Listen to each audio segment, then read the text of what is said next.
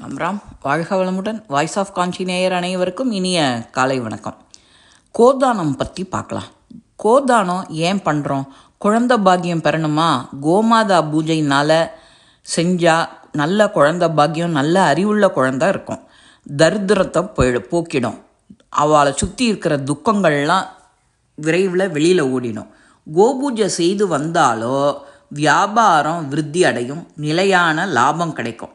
திருமணம் நடைபெறணும், நவகிரக தோஷம் இருக்கிறவா இந்த கோபூஜை செஞ்சால் பலன் வரும்.